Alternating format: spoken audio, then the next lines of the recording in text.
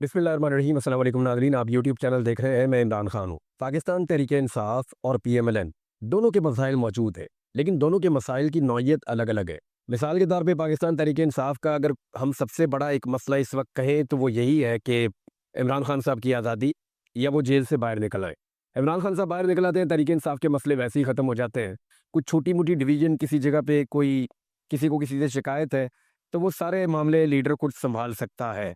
और इमरान खान साहब के बाहर आने से बयानियाँ बनाना, एहतजाज की स्ट्रेटजी बनाना, चीज़ों को कंट्रोल करना और पार्टी के अंदर दिलेरी और बहादुरी वापस आ जाना, ये सारी चीज़ें एकदम जुड़ जाएंगी। तो उनका वाहिद जो सबसे बड़ा मसला है पाकिस्तान तहरीक इंसाफ का वो ये है कि किसी तरह इमरान खान साहब बाहर आ जाए। अब उसके लिए उन्होंने जो पहली स्ट्रेटजी अब दी है वो ये है कि पाकिस्तान तहरीक इंसाफ आज ही सुबह के दिन में एक एहतजाज किया जाएगा पाकिस्तान तहरीक इंसाफ की जानिब से, और वो पूरे पाकिस्तान में एहतजाजी रैलियों का उन्होंने अनाउंसमेंट किया है। सूबाई असम्बली की जो नशिस्तें हैं उनकी सतह के ऊपर यह एहतजाज होगा। स्ट्रेटजी इसलिए बनाई है कि एक जगह पे एहतजाज अगर हर शहर में करेंगे तो पुलिस जाएगी और वहाँ पे एक नया फसाद बन जाएगा, बंदे गिरफ्तार हो जाएंगे। अगर पाकिस्तान के तमाम शहरों में जगह जगह रैलियाँ निकलेंगी तो फिर बड़े पैमाने पर गिरफ्तारियाँ भी नहीं हो सकती, कारकुन भी जो है वो मुतहर्रिक रहेंगे और एक मौसर एहतजाज भी हो सकता है जिसकी सोशल मीडिया के ऊपर बहुत ज़्यादा आवाज़ उठेगी। तो तहरीक इंसाफ अपने सबसे बड़े मसले से निपटने के लिए, इमरान खान साहब की आज़ादी के लिए, उन्होंने अपना प्रोसीजर शुरू किया हुआ है। पीएमएलएन के मसाइल क्या हैं या उनके लिए सबसे बड़ा मसला क्या है, वो इस वक्त हुकूमत में होने के बावजूद मसाइलिस्तान के अंदर घिरे हुए हैं। एक बड़ा मसला उनके लिए गवर्नेंस है। गवर्नेंस बिल्कुल कंट्रोल नहीं हो रही और अव्वल तो उनको जो वज़रा चाहिए थे वही नहीं है, उनको कुछ तोहफे भी दिए गए हैं। तो उन्हें समझ नहीं आ रही कि गवर्नेंस कैसे ठीक करें। शहबाज शरीफ को कोई तजर्बा है नहीं, उन्हें कोई समझ आ नहीं रही। और जैसी गवर्नेंस उन्होंने पिछले 16 महीने में की, जब वो ज़बरदस्ती इक़्तिदार के ऊपर मुसल्लत हुए हुकूमत को गिराने के बाद, इमरान खान साहब की हुकूमत को गिराने के बाद, तो तब जो उन्होंने तबाही फेरी वो उसी का तसलसल आज भी लेकर चल रहे हैं। तो शहबाज शरीफ साहब को उंगली पकड़ के चलाना पड़ता है, मरियम नवाज को पता कुछ नहीं है गवर्नेंस का।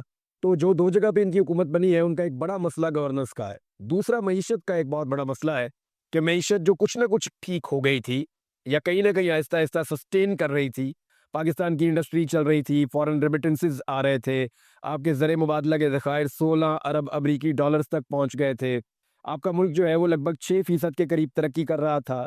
ये सारी चीज़ें सस्टेन कर रही थी। लेकिन जब पीडीएम की हुकूमत आई तब से लेकर अब तक मईशत एक दर्द सर बना हुआ है। और ये हालात इन्होंने पैदा कर दिए कि इमरान खान साहब ने अपने कुछ करीबी लोगों को बताया था कि जो तबाही इन्होंने फेर दी है और जिस जगह पे ये मुल्क को ले आए हैं, अगर हुकूमत बन भी जाए पाकिस्तान तहरीक इंसाफ की तो एक लंबा वक्त लग जाएगा इन हालात को सिर्फ ठीक करने में। और मैं तो ये कहता हूँ कि सालों का वक्त लगेगा। इमरान खान साहब सिर्फ इस मुल्क को ट्रैक पे डाल दें तो बहुत बड़ी बात है। अगर इमरान खान की हुकूमत बने और वो मुल्क को एक ट्रैक पे डाल दे ना, सिर्फ अगले 10-20 साल के लिए एक ट्रैक पे डाल दें कि अब ये मुल्क ऐसे चलेगा, इस अंदाज में चलेगा, ये उसूल है जिनके ऊपर हम हमेशा इकट्ठे रहेंगे, कोई भी पॉलिटिकल पार्टी आएगी वो इन चीज़ों के मुताबिक आगे बढ़ेगी। सिर्फ मुल्क को इस वक्त ट्रैक के ऊपर डाल दिया जाए और मुल्क की जान छुड़ा दी जाए उन तजर्बात से जो पाकिस्तान में पिछले 70-75 साल से हो रहे हैं, तो फिर भी बहुत बड़ी बात है। मुल्क को ठीक करना, मईशत को बेहतर करना, ये अब एक लंबा काम है। कोई भी आकर जादू की छड़ी से ये कर नहीं पाएगा। एक बड़ा मसला पीएमएलएन का मकबूलियत का है। अवाम में उनकी मकबूलियत बिल्कुल ज़ीरो है। वो बेचारे पब्लिक में जाने से ही डरते हैं। हर दूसरे दिन कोई ना कोई इशू हो जाता है, इसके बावजूद वो पब्लिक के बीच में जाने से घबराते हैं। नवाज शरीफ साहब ने कैसे डीलों के नतीजे में अपनी मकबूलियत को ज़मीन बोस किया है, ये तो पूरा पाकिस्तान जानता है। अब उनके पास मकबूलियत भी नहीं है और बयानिया भी कोई नहीं है। बयानिया उनका एक बहुत बड़ा मसला है, यानी उन्हें ये समझ नहीं आती। आधी पार्टी बयानिया दे रही है कि नवाज शरीफ के साथ धोखा हो गया, और रो रो के उन्होंने ट्वीटें भी की थी, रोते हुए उन्होंने एक दूसरे को ऑडियो मैसेजेस भी भेजे थे कि मर गए, लुट गए, बर्बाद हो गए, यतीम हो गए, ऐसी बातें उन्होंने की थी। तो आधी पार्टी कहती है नवाज शरीफ के साथ धोखा हो गया, आधी पार्टी कहती है धोखा नहीं हुआ। आधी पार्टी कहती है नवाज शरीफ को वज़ीर आज़म बनना था, उन्होंने अखबारों में इश्तिहारात भी लगा दिए थे। आधी पार्टी कहती है उन्होंने बनना ही नहीं था। फिर एक और बयानिया जहाँ पे लड़ाई है, पार्टी के कुछ लोग कहते हैं जी मियां नवाज शरीफ साहब को जनरल कमर जावेद बाजवा साहब ने मुल्क से बाहर भिजवाया था, या एस्टेब्लिशमेंट कहने उन्होंने मुल्क से बाहर भिजवाया था। बाकी बंदे कहते हैं जी नहीं भिजवाया था। ख्वाजा आसिफ एंड कंपनी कह रहे हैं कि जनरल बाजवा ने भिजवाया था, एस्टेब्लिशमेंट ने भिजवाया था। राणा सनाउल्लाह एंड कंपनी कह रहे हैं जी एस्टेब्लिशमेंट ने नहीं भिजवाया था नवाज शरीफ साहब को। धांधली हुई है या नहीं हुई, इस पे भी रोला पड़ा हुआ है। पार्टी के जो लोग हार गए हैं और बाद लोग जो जीत भी गए हैं वो भी ये कह रहे हैं कि जनाब धांधली बहुत हुई है, मैंडेट पाकिस्तान तहरीक इंसाफ का था, हमारा नहीं था। और जो लोग इक़्तिदार में आकर बैठ गए हैं और वो ढीठ बन गए हैं, वो ये कह रहे हैं जी धांधली बिल्कुल नहीं हुई, ये जेन्युइन इलेक्शन हुआ है, ठीक इलेक्शन हुआ है, पीएमएलएन वो कह रहे हैं जी जीत गई है। जनरल बाजवा की एक्सटेंशन के मामले के ऊपर पीएमएलएन में डिवाइड है। पीएमएलएन के कुछ लोग कह रहे थे जनरल बाजवा ने एक्सटेंशन नहीं मांगी और वो नहीं लेना चाहते थे। लेकिन इरफान सिद्दीकी साहब जो है उन्होंने कहा कि एक स्टेज ऐसी आ गई थी कि जनरल बाजवा ने एक्सटेंशन मांगी और ना मिलने की सूरत में धमकी लगाई कि मैं फिर मार्शल लॉ लगा दूंगा अगर मुझे एक्सटेंशन ना मिली तो आपको याद होगा हम ये बात करते थे कि एक एक्सटेंशन जो है उसके लिए कोशिश की जा रही है और उस पर कोई मानता नहीं था। तो आज इरफान सिद्दीकी साहब गवाही दे रहे हैं कि जब पीडीएम की सरकार बनी थी तो जनरल बाजवा ने बाकायदा धमकाने वाले अंदाज में एक्सटेंशन की डिमांड की थी और एक्सटेंशन ना मिलने की सूरत में मुल्क में मार्शल लॉ लगाने की धमकी भी दी थी। एक और कंफ्यूजन भी है बयानिया में, वो ये है कि मोहसिन नकवी और वजीर खजाना को अपनाना है, ओन करना है या ओन नहीं करना, पीपल्स पार्टी को हुकूमत में शामिल करना है या नहीं करना, हुकूमत करनी भी है पूरी या नहीं करनी, वफाकी हुकूमत में रहना भी है या इसको छोड़कर भाग जाना है, इस पे भी वो बहुत ज्यादा डिवाइड है। मफामत करनी है या मुजामत करनी है, इसके ऊपर भी डिवाइड है। अब राणा सनाउल्लाह साहब ने स्टेटमेंट दिया कि नवाज शरीफ साहब तो इमरान खान साहब से कल भी बात करने के लिए तैयार थे और आज भी बात करने के लिए तैयार है। मैं स्टेटमेंट आपको थोड़ा पढ़ के सुनाता हूँ, फिर आपको बड़ा इंटरेस्टिंग लगेगा, मैं इसके फैक्ट्स आपके सामने रख दूंगा। उन्होंने कहा जी कि नवाज शरीफ मुल्क की खातिर कल भी इमरान खान से मुज़ाकरात के लिए आमादा थे और आज भी है, और नवाज शरीफ ने 2014 में भी बात की थी और अब भी नवाज शरीफ बात करना चाहते हैं, करना चाहते थे और करना चाहते हैं। लेकिन वो ये कहते हैं कि इमरान खान साहब जो है उनकी तरफ से कोई है मामला। देखिए मामला ये है, नवाज शरीफ साहब बात करना चाहते हैं, वो एक पॉलिटिकल फिगर है और उनको ज़रूर बात करनी चाहिए और उनको दावत देनी चाहिए तमाम पॉलिटिकल पार्टीज को कि आओ बैठो मुल्क के मसाइल को हल करते हैं। लेकिन सबसे पहले जो उन्होंने चोरी की है ना, चोरी का माल वापस करें। लेकिन ये तो नहीं हो सकता ना कि वोट पड़ा इमरान खान को, नवाज शरीफ ने जबरदस्ती सारा वोट छीन कर 2 नंबरी से फ्रॉड करके धोखा करके 5 साल के लिए अपनी हुकूमत बना ली। अब अपनी हुकूमत बना ली है, अब जिसके घर चोरी की है उसको कह रहे हैं कि आओ बैठो और बैठकर मुज़ाकरात करते हैं। ये तो इसको कहते हैं उल्टा चोर कोतवाल को डांटे, या इसको कहते हैं तो चोरी, दूसरा सीना जोरी, इसको ये कहते हैं। बजाय इसके कि नवाज शरीफ साहब पहले माफी मांगे कि जनाब इमरान खान साहब आपका मैंडेट है, मैं ये मैंडेट आपको वापस कर रहा हूं, मैं यास्मीन राशिद से इलेक्शन हार चुका हूं। साबिक वजीर आजम की बहनों को मारा जा रहा है, रुस्वा किया जा रहा है, घसीटा जा रहा है, गाड़ियों में डाला जा रहा है, आप उसके ऊपर कुछ बोलते ही नहीं। आपके लिए वो नॉन इशू है। क्या हम किसी बादशाह में रहते हैं कि ये बादशाह सलामत की फैमिली है, इनके बारे में कुछ होगा तो बहुत शोर मचेगा, और ये जो दूसरी फैमिली है ये कीड़े मकोड़े हैं, इनके बारे में कुछ भी हो कोई बात ही नहीं करेगा। पूरे के पूरे टॉक शो कर दिए कि मीना फरीदी ने ये जुमला क्यों बोला। भाई ठीक है, जो गलत बात है वो गलत बात है, लेकिन यहाँ पे भी तो नजर करम करें, वो इधर भी तो ज्यादतियां हो रही हैं। इद्दत वाले केस के ऊपर तुम लोगों ने कितने प्रोग्राम किए मुजम्मत में कि ये घटिया केस क्यों किया गया, उसके ऊपर तो बैठा के पाकिस्तान टेलीविजन समेत पाकिस्तान का सारा टीवी जो है वो कभी मानिका की पूरी पूरी प्रेस कॉन्फ्रेंस दिखाता था, कभी जनाब वो ओन चौधरी की दिखाता था। इसके ऊपर एक्सपर्ट्स बिठाए गए, उनकी ओपिनियंस ली जा रही हैं। वहां तो गंद उछालने के अंदर पाकिस्तान का सारा मीडिया और ये सारे दानिशवर ये इसके अंदर सारे के सारे शामिल थे, वहां ये गंद मार रहे थे, और यहाँ पे कहते हैं जनाब इनको इखलाकियात याद आ जाती हैं। तो ये गुज़िश्ता रात को जो हुआ इसके ऊपर इनकी इखलाकियात किधर है, कहाँ गई इनकी इखलाकियात। नाज़रीन, लंदन में भी साथ ही एहतजाज हुआ और बड़े पैमाने पर लोग आए।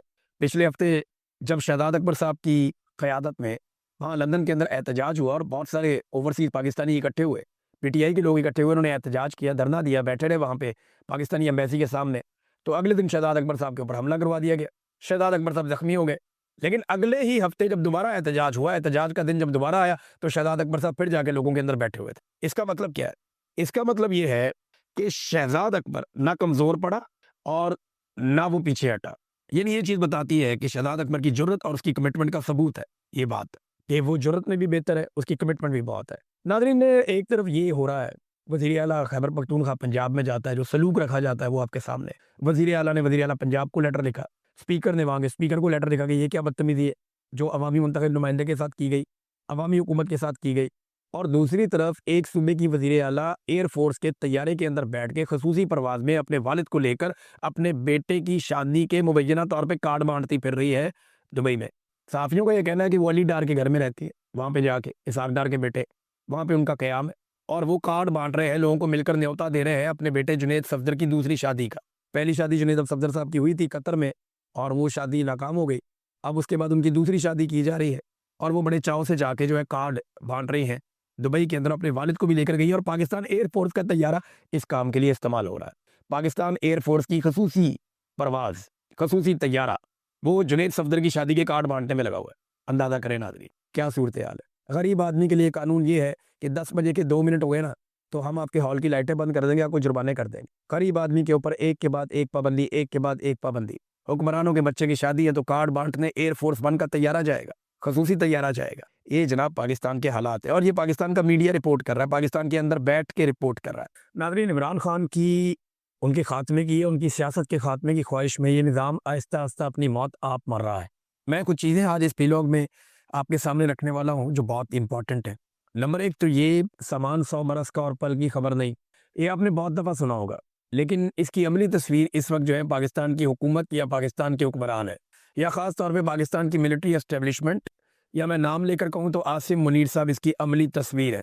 बज़ाहिर इदारों पे कंट्रोल कर लिया गया है, इंसानी हकूक़ की खिलाफ वर्जियों को बतौर हथियार इस्तेमाल करके आसिम मुनीर साहब बेफिक्री से अपने इक़्तिदार को टूल दे रहे हैं, मगर उनके नीचे जो स्टेज है जिसके ऊपर वो खड़े हैं उसके पिलर्स इंतहाई कमज़ोर हैं। मैं चंद चीज़ें आपके सामने रखता हूँ। देखिए, ऊपर से देखने में सब ठीक लग रहा है। इन्होंने जादूगरों को कहा या नजूमी टाइप के लोग जो आते हैं कि नए साल पे कोई भी पेशेंट कोई आसिम मुनीर के खिलाफ नहीं होगी। बहुत सारे इकोनॉमिस्ट जो हैं उनको कहा गया कि आप कुछ भी कहें, बेशक मईशत को बुरा कहें, लेकिन ये उम्मीद ज़रूर रखें कि आसिम मुनीर साहब इसको ठीक कर लेंगे। और हर मईशतदान जो जब भी कोई बात करता है बीच में कोई ना कोई जुमला ज़रूर ऐड कर देता है। सोशल मीडिया पे नहीं आता, लेकिन पूरी तहरीर आप पढ़ें तो हर एक को ये कहना पड़ता है पाकिस्तान में कि आसिम मुनीर इसको ठीक कर लेंगे।